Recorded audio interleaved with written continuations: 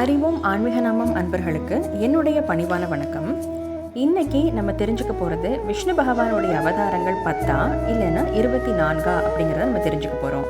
பொதுவாக நமக்கு விஷ்ணு பகவானுடைய அவதாரங்களான 10 அவதாரங்கள் தசாவதாரம் நமக்கு தெரியும்.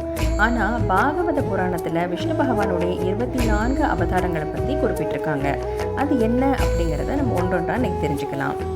1 ஆதிபுருஷ் அவதாரம், 2 சனகுமாரர்கள் அவதாரம், 3 வராக அவதாரம், 4 நாரதர் அவதாரம், 5 நரநாராயணன் அவதாரம், 6 கபிலர் அவதாரம், 7 தத்தாத்ரேயர் அவதாரம், 8 யக்ஞேஸ்வரர் அவதாரம், 9 ரிஷப அவதாரம், 10 பிருத்து அவதாரம், 11 மச்ச அவதாரம், 12 கூர்ம அவதாரம், 13 தன்வந்திரி அவதாரம், 14 மோகினி அவதாரம், 15 நரசிம்மர் அவதாரம், 16 ஹயக்ரீவர் அவதாரம், 17 வாமன அவதாரம், 18 பரசுராமர் அவதாரம், 19 வேதவியாசர் அவதாரம், 20 ஹம்ச அவதாரம், 21 ராமர் அவதாரம், 22 கிருஷ்ணர் அவதாரம்,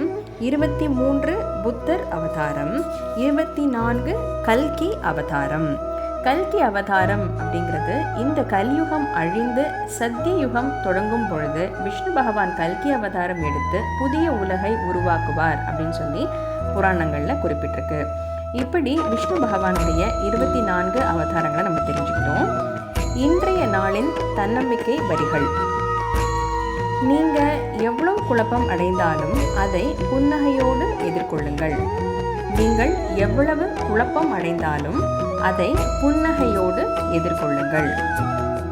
இந்த பதிவு உங்களுக்கு பயனுள்ளதாக இருக்கும் நான் நம்புகிறேன். மேலும் மற்றொரு பதிவில் நான் உங்களை சந்திக்கிறேன். அதுவரை நன்றி, வணக்கம்.